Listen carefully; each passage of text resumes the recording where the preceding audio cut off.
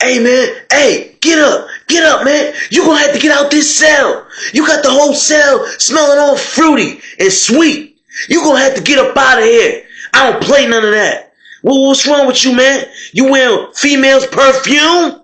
What up, what up, what up? We are back. Who am I? Jersey Street Corner, and this is the Prison Talk Show, people. So let's get into it. Alright, now, I know y'all looking at that thumbnail and y'all like, Corner, what the hell going on here? Well, I'm going to tell y'all. We are going to touch a very sensitive topic. Is doing business with punks okay in prison? Now, to answer that question, you have to ask yourself, do you want to be seen talking to that punk? Do you want to be seen or known as the guy who was in negotiation? What were you negotiating? These are all questions that need to pass your mind, before you do business with a punk. Now, there are many ways that you can do business with a punk. And I guess you want to call it the legal way in prison. And I guess the next question on your mind would be, why would you ever want to do business with a punk? Well, supposedly in prison, there are certain things that you can acquire only from a punk, such as certain food dishes they might know how to cook that they learned from a female, certain hairstyles, you name it, different lotions or deodorants or fragrances, whatever, you name it. It's different reasons why you would want to acquire something from one of them, but you will not want to talk to them. So let's get into it. Now, punks, they cook food for select inmates. A few select inmates. And I guess that was their way of keeping these inmates happy. So, well, I guess it would lighten up their attitude, so they took it easy on them after lockdown.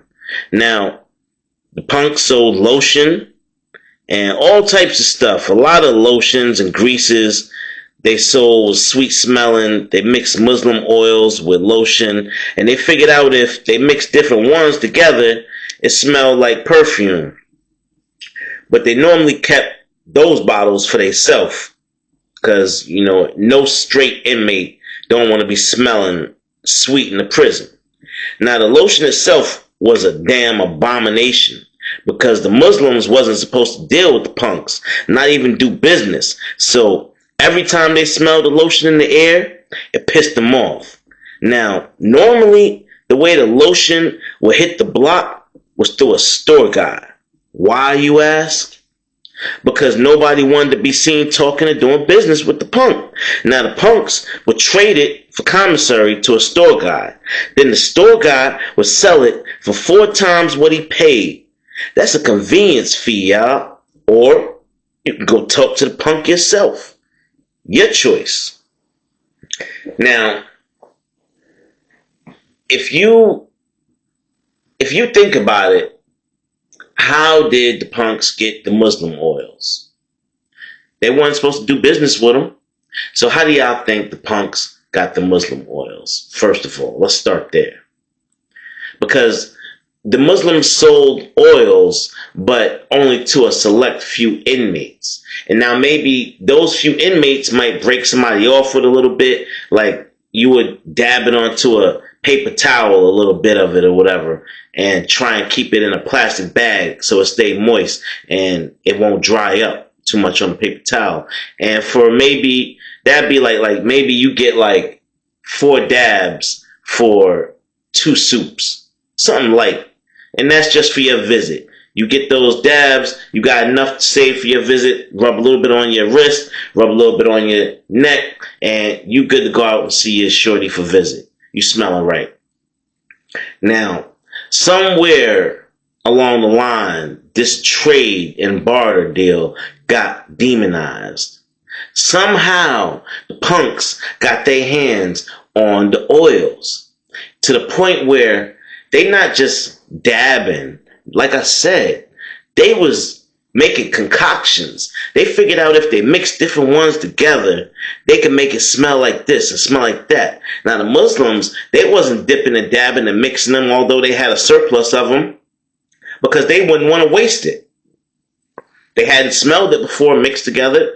They don't know what it would do, what it would smell like. So they're going to stick to the script. You got your Egyptian musk. You got your sand, your sand hill.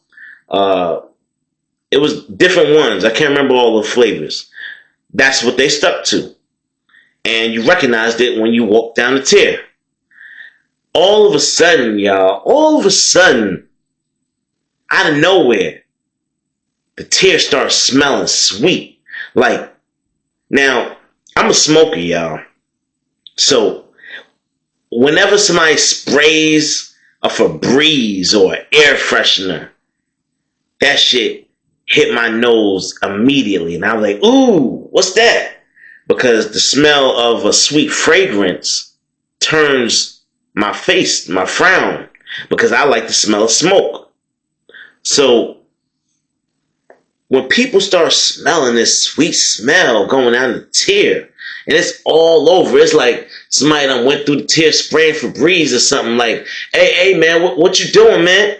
We trying to act like this the streets. This environment, this is our block. This is the streets for us, man.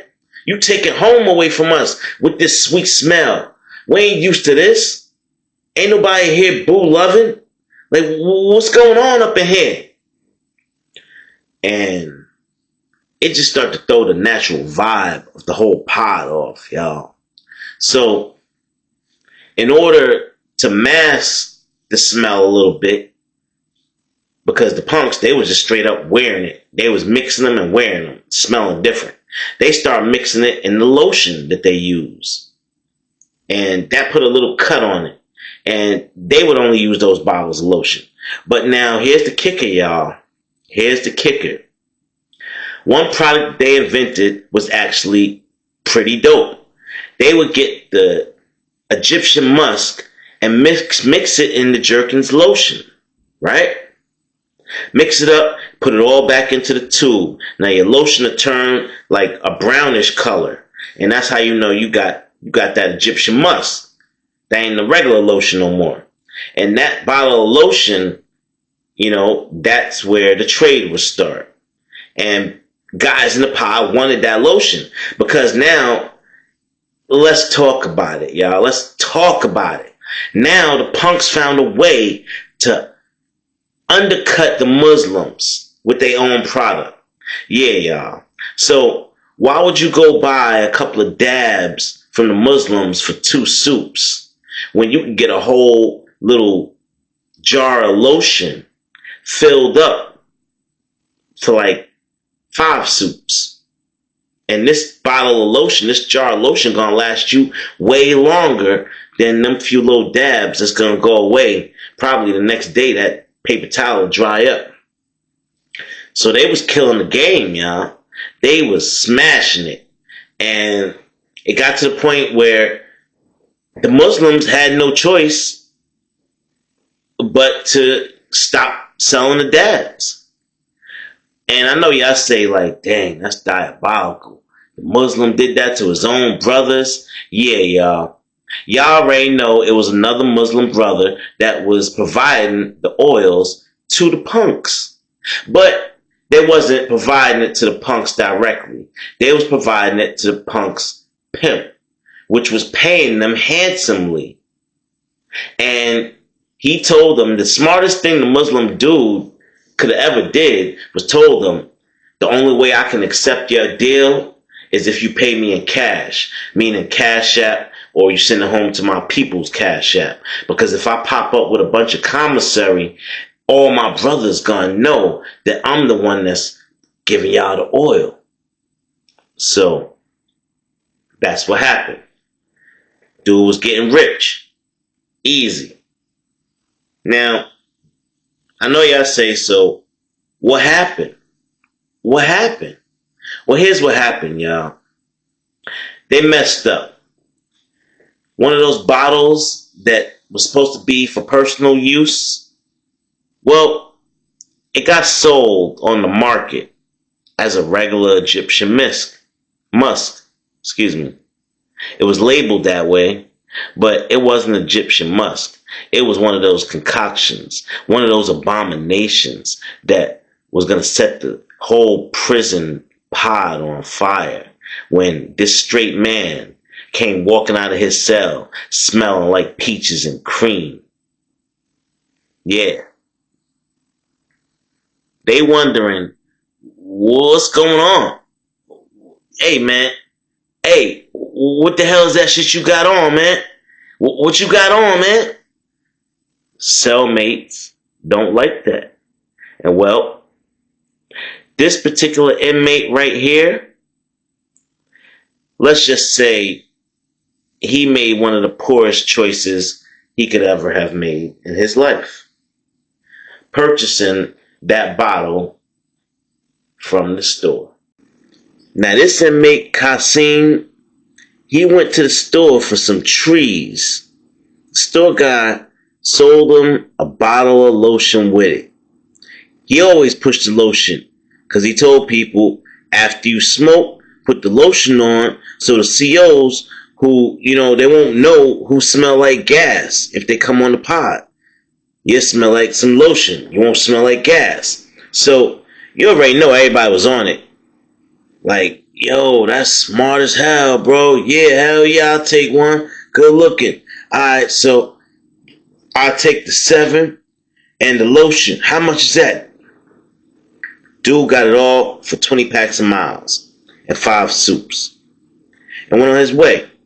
Went back to his cell, put his stuff up, rolled up a fat one, went to the bathroom, put it in the air.